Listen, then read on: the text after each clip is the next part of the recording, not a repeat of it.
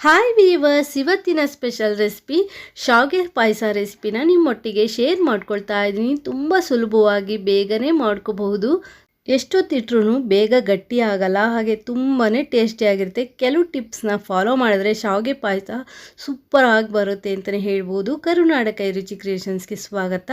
ಹೇಗೆ ಮಾಡೋದು ಅಂತ ನೋಡೋಣ. ನಾನಿಲ್ಲಿ 1/4 ಲೀಟ್ರಿಗಿಂತ ಜಾಸ್ತಿ, ಅರ್ಧ ಲೀಟ್ರಿಗಿಂತ ಸ್ವಲ್ಪ ಕಡಿಮೆ ಹಾಲನ್ನು ಕಾಯಲಿಕ್ಕೆ ಇಟ್ಕೊಂಡಿದ್ದೀನಿ. ನಂತರ ಒಂದು ಮಿಕ್ಸಿ ಜಾರ್ಗೆ 2 ರಿಂದ 3 ಟೇಬಲ್ ಸ್ಪೂನು ತೆಂಗಿನಕಾಯಿ ಪೀಸಸ್ಸು, 1 ಚಮಚ ಗಸಗಸೆ ಹಾಗೆ 2 ಏಲಕ್ಕಿಯನ್ನು ನಾನಿಲ್ಲಿ ಸೇರಿಸ್ಕೊಂಡು ನುಣ್ಣಗೆ ರುಬ್ಕೊಳ್ತಾ ಇದ್ದೀನಿ. ನುಣ್ಣಗೆ ಇಲ್ಲಿ ಪೇಸ್ಟ್ ಮಾಡ್ಕೋಬೇಕಾಗತ್ತೆ. ನಂತರ ಸ್ಟವ್ ಮೇಲೆ ಒಂದು ಪ್ಯಾನ್ ಇಟ್ಕೊಂಡು 1-2 ಟೇಬಲ್ ಸ್ಪೂನು ತುಪ್ಪನ ನಾನಿಲ್ಲಿ ಸೇರಿಸ್ಕೊಳ್ತಾ ಇದ್ದೀನಿ. ತುಪ್ಪ ಕರಗಿದ ನಂತರ ನಾನಿಲ್ಲಿ ದ್ರಾಕ್ಷಿಯನ್ನು ಸೇರಿಸ್ಬಿಟ್ಟು ಫ್ರೈ ಮಾಡ್ಕೊಳ್ತಾ ಇದ್ದೀನಿ.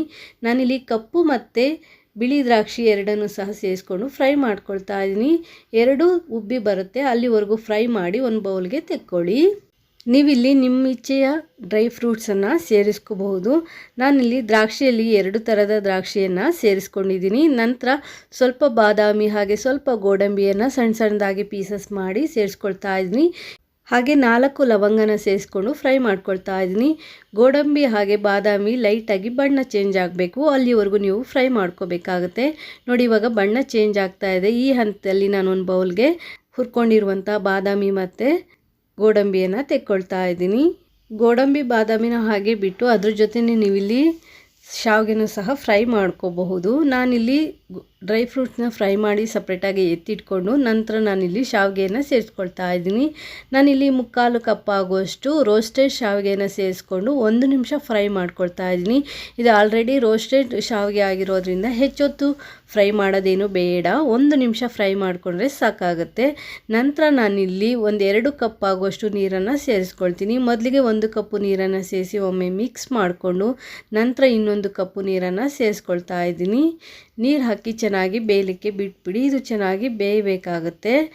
ಶಾವಿಗೆ ಬೇಯಲಿಕ್ಕೆ 3 ರಿಂದ 4 ನಿಮಿಷ ತೆಗೆದುಕೊಳ್ಳುತ್ತೆ. 4 ನಿಮಿಷಗಳ ಕಾಲ ಶಾವಿಗೆನ ಚೆನ್ನಾಗಿ ಬೇಯಿಸ್ಕೊಳ್ಳಿ. ಶಾವಿಗೆ ಚೆನ್ನಾಗಿ ಬೆಂದ ನಂತರ ನಾನಿಲ್ಲಿ ಕಾಯಿಸಿಟ್ಕೊಂಡಿರುವಂತಹ ಬಿಸಿ ಹಾಲನ್ನು ಸೇರಿಸ್ಕೊಳ್ತಾ ಇದ್ದೀನಿ. ನಾನಿಲ್ಲಿ 1/4 ಲೀಟ್ರಿಗಿಂತ ಜಾಸ್ತಿ, ಅರ್ಧ ಲೀಟ್ರಿಗಿಂತ ಸ್ವಲ್ಪ ಕಡಿಮೆ ಹಾಲನ್ನು ಸೇರಿಸ್ಕೊಂಡಿದ್ದೀನಿ. 300 ml ಹಾಲು ಹಾಗೆ ರುಬ್ಬಿಟ್ಕೊಂಡಿರುವಂಥ ತೆಂಗಿನಕಾಯಿ ಪೇಸ್ಟನ್ನು ಸೇರಿಸಿ ಚೆನ್ನಾಗಿ ಇಲ್ಲಿ ಮಿಕ್ಸ್ ಮಾಡ್ಕೊಳ್ತಾ ಇದ್ದೀನಿ. ಈಗ ಒಮ್ಮೆ ಚೆನ್ನಾಗಿ ಮಿಕ್ಸ್ ಮಾಡಿಬಿಟ್ಟು 2 ರಿಂದ 3 ನಿಮಿಷಗಳ ಕಾಲ ಚೆನ್ನಾಗಿ ಕುದಿಸ್ಕೋಬೇಕಾಗುತ್ತೆ. ಚೆನ್ನಾಗಿ ಹಾಲಿನೊಟ್ಟಿಗೆ ಶಾವಿಗೆ ಹೊಂದ್ಕೋಬೇಕು, ಆ ರೀತಿ ಚೆನ್ನಾಗಿ ಕುದಿಸ್ಕೊಳ್ಳಿ.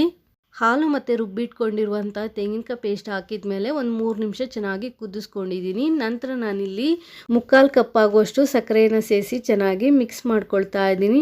ನಾನು ಯಾವ ಕಪ್ಪಲ್ಲಿ ಶಾವಿಗೆ ತೆಗೆದುಕೊಂಡಿದ್ದೆ ಅದೇ ಕಪ್ ಅಳತೆಯಲ್ಲಿ ಸಕ್ಕರೆಯನ್ನು ಸಹ ಸೇರಿಸ್ಕೊಂಡಿದ್ದೀನಿ. ನಿಮಗೆ ಇನ್ನೊಂದು ಸ್ವಲ್ಪ ಸಿಹಿ ಬೇಕು ಅಂದರೆ ಇನ್ನೊಂದು 2 ಚಮಚ ಸಕ್ಕರೆಯನ್ನು ಎಕ್ಸ್ಟ್ರಾ ಸೇರಿಸ್ಕೋಬೋದು. ಈ ಸಿಹಿ ಹದ ಕರೆಕ್ಟಾಗಿರುತ್ತೆ. ಸಕ್ಕರೆ ಹಾಕಿದ್ಮೇಲೆ ಹೆಚ್ಚೊತ್ತು ಕುದಿಸ್ಲಿಕ್ಕೆ ಹೋಗ್ಬಿಡಿ. ಜಾಸ್ತಿ ಹೊತ್ತು ಕುದಿಸ್ಬಿಟ್ರೆ ನೀವು ಪಾಯಸ ತಣ್ಣಗಾದ್ಮೇಲೆ ತುಂಬ ಗಟ್ಟಿ ಆಗುತ್ತೆ. 2 ನಿಮಿಷ ಮೀಡಿಯಮ್ ಊರಿನಲ್ಲಿ ಕುದಿಸ್ಕೊಂಡ್ರೆ ಸಾಕಾಗುತ್ತೆ. ಸಕ್ಕರೆ ಹಾಕಿದ್ಮೇಲೆ 2 ನಿಮಿಷ ಕುದಿಸ್ಕೊಂಡಿದ್ದೀನಿ, ಅಂದರೆ 1 ಕುದಿ ಬಂದರೆ ಸಾಕಾಗುತ್ತೆ.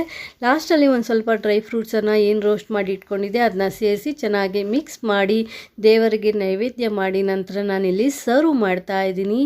ತುಂಬಾ ಟೇಸ್ಟಿಯಾಗಿರುತ್ತೆ. ಈಸಿಯಾಗಿ ಬೇಗನೆ ಮಾಡ್ಕೋಬಹುದು. ಯಾರು ಬೇಕಾದರೂ ಈ ಶಾವಿಗೆ ಪಾಯಸನ ಮಾಡಬಹುದು.